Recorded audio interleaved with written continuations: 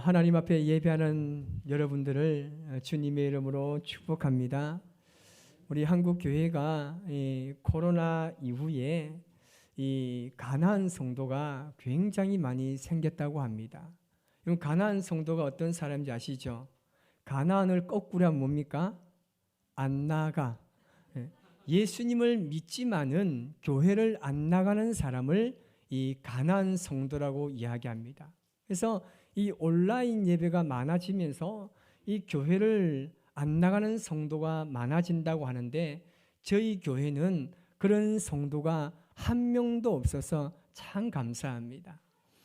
그리고 옛날이나 지금이나 동일하게 변하지 않고 계속해서 늘어나는 성도의 부류가 또 한 부류가 더 있습니다.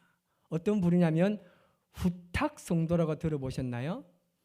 이 후탁 성도가 이 해가 가면 가면서 늘어난대요. 후탁 성도는 뭐냐면 일주일 내도록 성경을 펴보지도 않다가 이제 주일날 교회 가야 되니까 성경을 들여다보니까 뭐가 많습니까? 먼지가 많아요. 그래서 어떻게 하죠? 이겁니다. 이게 후탁 성도입니다. 교회 속에서 늘어나고 있다고 이야기합니다. 여러분, 우리 그리스도인들의 삶을 들여다보면 이것이 어쩌면 우리의 모습이 아닌가 경각심을 가지게 됩니다. 많은 유형의 사람들이 많지만 우리는 나름대로의 신앙의 패턴을 가지고 살아가고 있습니다. 그 중에 두 가지 유형을 말씀드리면 하나는 수리형의 유형이 있고 또 하나는 이 정비형이 있습니다. 수리형 이 성도는 어떤 성도냐면 평소에는 차에 신경을 쓰지 않습니다. 그러다가 차를 운전해 가다 보면 어느 순간 차가 멈추죠. 그때 되면 어떻게 한다고요? 차를 수리하기 시작합니다. 그러면 수리비도 엄청나게 들고 고생은 고생대로 하고 차의 수명도 점점 줄어드는 거죠. 이런 그리스도인들의 유형이 있는데 이런 그리스도인들은 평소에 신앙생활에 대해서 별로 관심을 가지지 않습니다. 그래서 조그마한 문제가 생기면 별로 대수롭지 않게 생각하죠. 그런데 그 문제가 하나 둘 계속 쌓이고 쌓이다 보면 이제 그 문제가 골마 터지는 거죠. 그때부터 난리를 피웁니다. 간단하게 해결할 문제를 그냥 방치해 두면 나중에는 걷잡을 수 없는 상황까지 생기게 되는 것입니다. 이런 그리스도인들이 있다는 것이죠. 그리고 정비형은 뭐냐면 평상시에 미리미리 정비를 잘 해두는 유형입니다. 차가 조그만한 고장이 생기면 미리미리 점검해서 그 문제를 사전에 예방합니다. 그러면 수리비도 적게 들고 차의 수명도 길어지게 되는 것이죠. 이 정비형의 성도는요, 평상시에도 이 영적인 정비를 잘 해둡니다. 그래서 조그마한 문제가 생길 때마다 미리미리 잘 점검하기 때문에 이 문제를 초기 단계에서 예방할 수 있습니다. 그러면 큰 문제가 없이 신앙생활을 할 수 있는 것이죠. 우리가 지난주 이 목요일에 우리 고등학교 3학년들이 이제 수능을 다 쳤습니다. 수능을 치고 나니까 참 어려운 사건들과 있으면 안 되는 일들도 참 곳곳에서 생겨나는 것 같습니다. 제가 아이를 데려주러 이제 고시장에 갔는데 이 시험을 다 치르고 나올 때 보면 이 학생들이 교문을 나올 때 얼굴하고 그 아이를 반갑게 맞이하면서 잘했다, 고생 많았다, 수고했다 위로하는 그 부모의 얼굴에 동일한 모습을 발견할 수 있었습니다. 뭔지 아시겠죠? 해방입니다. 자유입니다. 제 옆에 어떤 분이 한 분 부모님이 계셨는데 이 부모님이요, 저 깜짝 놀랐습니다. 왜냐하면 제가 큰 우산을 쓰고 갔거든요. 그래서 기다리고 있는데 어느 순간 여자 한 분이 쑥 들어오는 거예요. 깜짝 놀랐어요. 그 제 옆을 살 땡겼어요. 근데 통화 내용을 들어보니까 아이가 그렇게 이야기하는 거예요. 엄마, 우산 안 가져왔으면 우산 큰 사람, 들고 있는 사람 그 옆에서 좀 쓰고 있어야 했대요. 그래서 제가 그저 있을 수밖에 없었는데, 그러면서 이 엄마가요 너무 좋아하는 거예요. 왜 좋아하냐면 아이고 이제 끝났다는 거예요. 이제 끝나면 이제 뭐 하냐면 이제 아만 집에 데려주고 자기는 캠핑을 간다는 거예요. 남편 가게 캠핑 가기 때문에 너무 자유롭다는 거예요.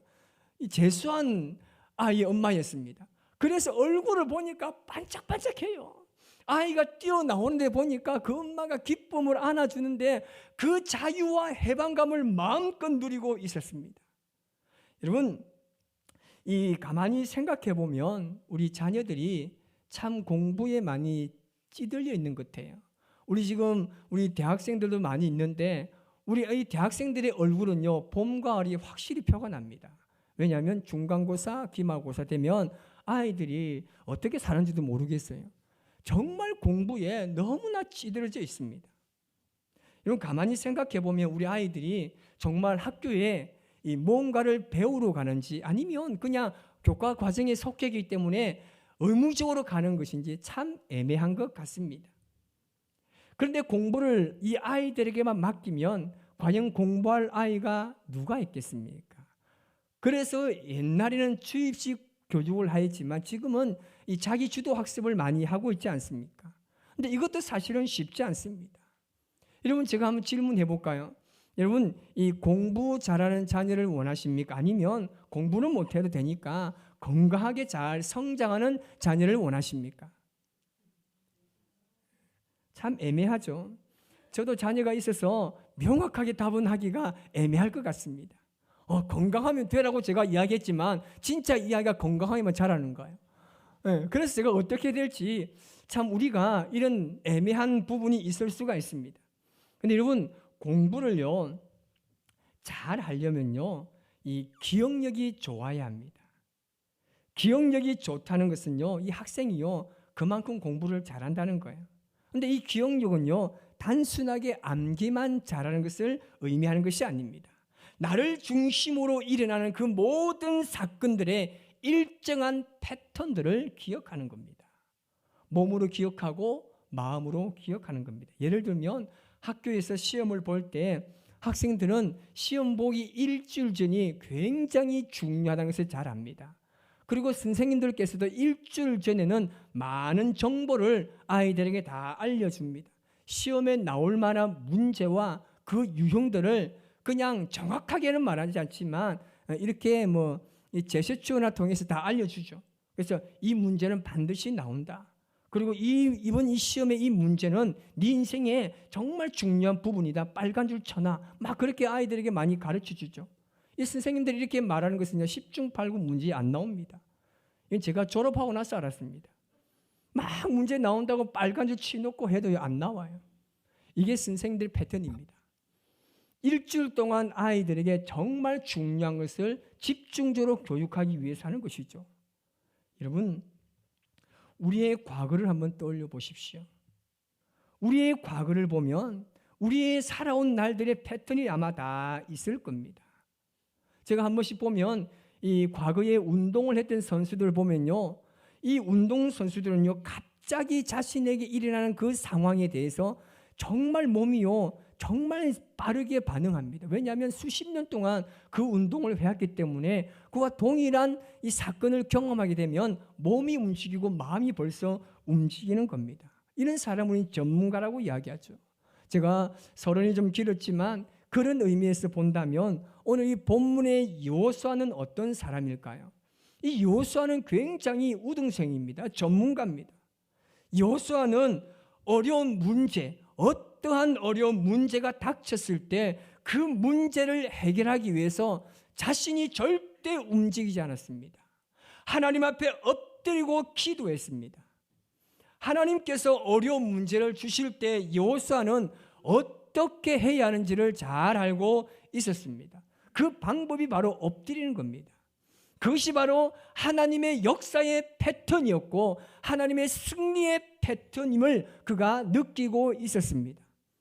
그래서 여호수아는 어떤 문제이든지 하나님 앞에 엎드리고 하나님 앞에 간구했습니다. 그때마다 하나님께서는 그의 인생의 모든 문제에 정답을 알려주셨습니다. 이 패턴은 성경 어디를 보든지 간에 단 한 번도 틀린 적이 없습니다.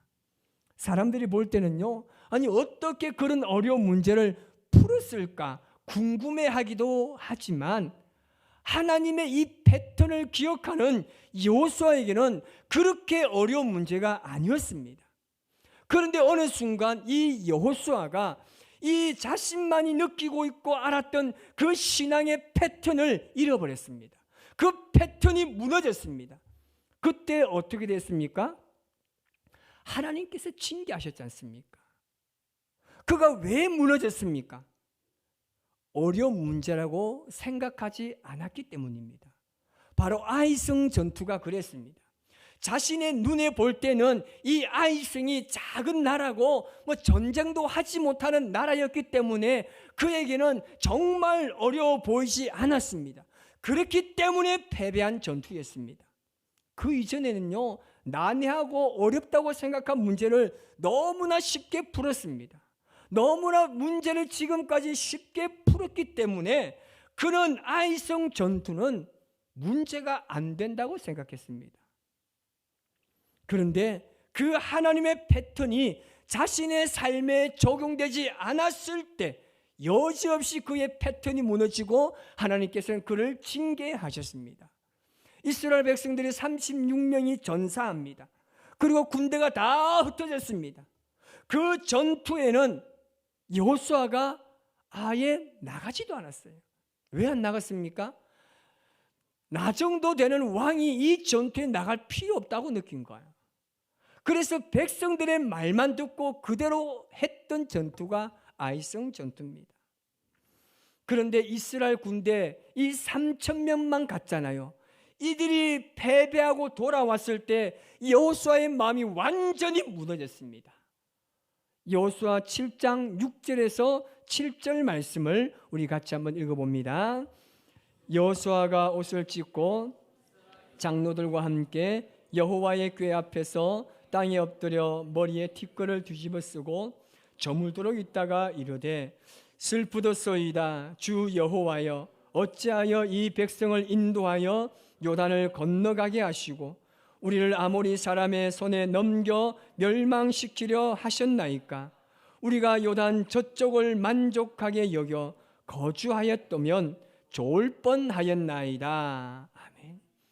하나님께서 약속하신 이 가나안 땅에 들어가는 데 있어서 지금 그에게 차질이 생깁니다. 여러분, 하나님의 계획에 지금 차질이 생겼는데 누구 때문에 차질이 생겼습니까? 여호수아 때문이에요. 여호수아 때문에 하나님의 계획에 차질이 생겼습니다. 그때 여호수아가 자신이 잘못했던 이것을 깨닫고 하나님 앞에 기도했을 때 하나님께서는요 또 그를 너무나 사랑하셨기 때문에 다시금 그를 붙들어 주셨습니다. 여호수아가 어떻게 했을 때 하나님께서 그를 붙들어 주셨습니까? 그가 옷을 찢고 이스라엘 장로들과 함께 하나님 앞에 엎드렸습니다. 머리에 티끌을 뒤집어 쓰고 해가 저물도록 하나님 앞에 앉아 있었습니다. 여호수아가 어떤 생각했을까요? 왜 전쟁에서 우리가 패했을까? 우리의 전략이 지금 잘못되었을까? 왜 저 작은 나라에 우리 전사자가 36명이 나오고 왜 다 쫓겨서 이렇게 흩어졌을까? 여호수아가 여러분 그렇게 생각했을까요? 아닙니다. 여호수아는 일체 그런 생각하지 않았습니다. 여호수아가 한 행동은 뭡니까?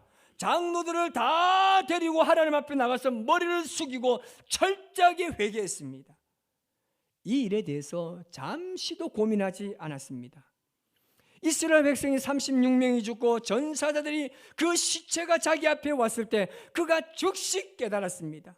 내가 하나님 앞에 묻지도 않았고 기도하지도 않았기 때문에 우리에게 이런 일이 일어났다고가 금방 알아챌 수가 있었습니다. 그래서 그가 할 수 있는 가장 시급한 일은 하나님 앞에 엎드리는 겁니다. 통회하고 자복하고 회개하며 다시금 하나님의 은혜를 구했습니다. 하나님께서는 범죄자 아간을 처단하라고 하셨고 다시금 여호수아에게 길을 알려주셨습니다. 오늘 본문 1절 말씀을 우리 다 같이 한번 읽어봅니다. 여호와께서 여호수아에게 이르시되 두려워하지 말라, 놀라지 말라. 군사를 다 거느리고 일어나 아이로 올라가라. 보라, 내가 아이 왕과 그의 백성과 그의 성읍과 그의 땅을 다 내 손에 넘겨 주었으니. 아멘. 이것이 원래 여호수아의 신앙의 패턴이었습니다. 뭐냐면 하나님께서 먼저 말씀하십니다. 그리고 여호수아가 그 말씀을 듣고 그리고 그가 일어나 행동했습니다. 3절 말씀을 같이 읽습니다. 이에 여호수아가 일어나서 군사와 함께 아이로 올라가려 하여 용사 3만 명을 뽑아 밤에 보내며. 아멘. 여호수아는 하나님께서 말씀하기 전에는 일어나지 않았습니다. 다시금 하나님의 은혜를 구했을 때 하나님께서 그에게 말씀해 주셨고 여호수아는 그 말씀을 듣고 그 말씀을 의지하며 다시금 전쟁에 나가게 됩니다. 여러분, 제가 왜 이 말씀을 선택하였느냐 하면 7장에 보면 아이성에서 여호수아가 패배합니다. 그런데 7장에 이 말씀이 빠졌기 때문에 제가 확인시켜 드리기 위해서 이 말씀을 정했습니다. 7장을 보면 오늘 8장 1절에서 4절 이 말씀이 지금까지 여호수아의 신앙의 패턴이었는데 7장의 아이성에 전투하러 갈 때는 이 부분이 완전히 사라졌습니다. 이 과정이 완전히 다 빼버렸습니다.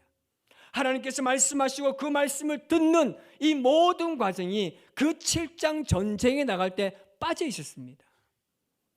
아이성 전투는요, 여호수아는 백성들의 말만 듣고 스스로 판단하고 스스로 말하고 행동함으로 인해 참패하였습니다. 우리가 잘 아는 이 사사시대가 왜 그렇게 암울한 역사를 가지고 있습니까? 우리는 사사기를 보면 너무나 잘 압니다. 299년 동안 12명의 사사가 다스렸습니다. 이 이스라엘을 다스리면서 이스라엘 신앙의 패턴이 어땠습니까? 사사가 죽습니다. 그리고 이스라엘 백성들이 범죄합니다.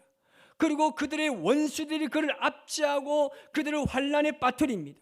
그때서 그들이 깨닫고 철저하게 하나님 앞에 회개하고 부르짖습니다. 그때 하나님 다시금 사사를 보내주셔서 그들을 구원해 주셨습니다. 이것이 여러분 사사기 그 역사의 패턴입니다.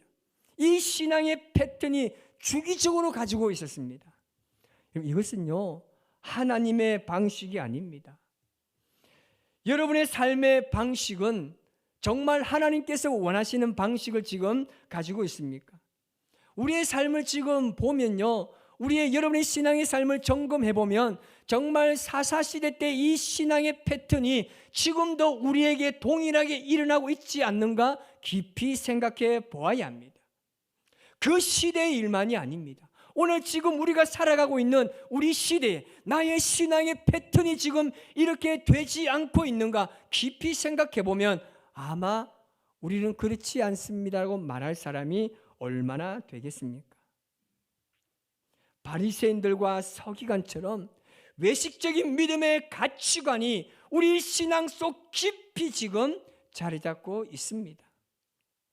여호수아가 하나님 앞에 나아가는 이 과정을 뺀 것처럼 상황과 현실을 만족하게 보는 아무런 문제 없는, 그리고 아무런 어려움도 없다 보니까 그냥 살만 하다 보니까 영적인 삶을 수리형으로 너무나 안일하게 생각하는 잘못된 시간이 지금 우리에게 팽배해져 가고 있습니다. 여러분, 여호수아의 신앙의 패턴을 보세요. 이것은 세상을 이길 수 있는 승리의 패턴입니다. 여러분의 신앙의 패턴은 어떻습니까? 우리는 하나님의 백성들입니다. 그러면 우리가 이 세상을 어떻게 살아가야 하겠습니까? 하나님의 백성은 하나님의 방식으로 살아가야 합니다. 하나님 나라의 방식으로 살아가는 것, 그 패턴이 뭡니까? 하나님께서 우리에게 말씀하십니다. 그럼 우리는 그 말씀을 듣고 일어나 행동하는 것입니다. 여러분, 왜 이런 패턴을 반복해야 합니까? 가나안 땅은요, 우리의 땅이 아니라 하나님의 영역이기 때문입니다. 여러분, 천국의 일은요, 이런 법칙대로 움직여져 가야 하는 것입니다. 하나님 나라의 일을요, 내가 주도할 수 없습니다. 내가 원한다고 해서 가질 수 있는 것도 아니고, 하나님께서 우리에게 주셔야만 얻을 수 있는 것이고, 하나님께서 우리에게 말씀하셔야만 우리가 쟁취할 수 있는 것입니다. 우리가 인생을 살다 보면 잘못된 길을 갈 수 있습니다. 그럴 때 우리가 여러분 어떻게 해야 합니까? 오늘 3절 전반부에 보면 여호수아가 어떻게 결단합니까? 이에 여호수아가 일어나서 군사와 함께 아이로 올라가려 하여 라고 말합니다. 함께 올라가는 겁니다. 아이성 전투 패배는 기도하는 여호수아가 가지 않았습니다. 그런데 이제 하나님 말씀을 돌아보니까 자신의 잘못을 깨닫게 된 겁니다. 그래서 3만 명을 뽑아서 직접 여호수아가 이 군사들과 함께 동행하면서 전투에 나가게 됩니다. 여러분, 섬김도 헌신도 봉사도 절대 혼자 할 수 없습니다. 그 어떤 일이든 우리가 함께 일어나 함께 올라가는 것이 중요합니다. 우리 신앙의 패턴은 과연 무엇입니까? 이제 여러분의 신앙의 패턴이 바로 함께입니다. 여러분, 절대 혼자 갔어도 안 되고 혼자 가도록 내버려뒀어도 안 되는 겁니다.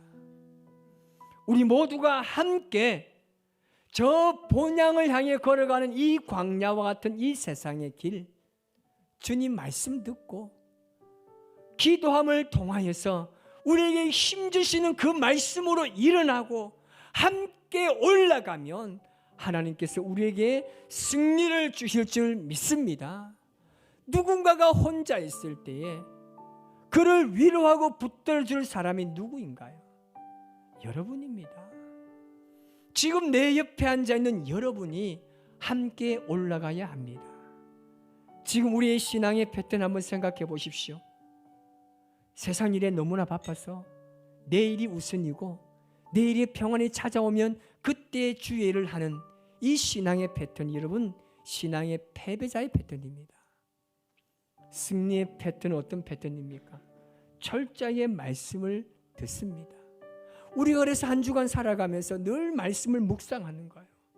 이 말씀을 읽고 이 말씀을 부여잡고 기도하는 거예요.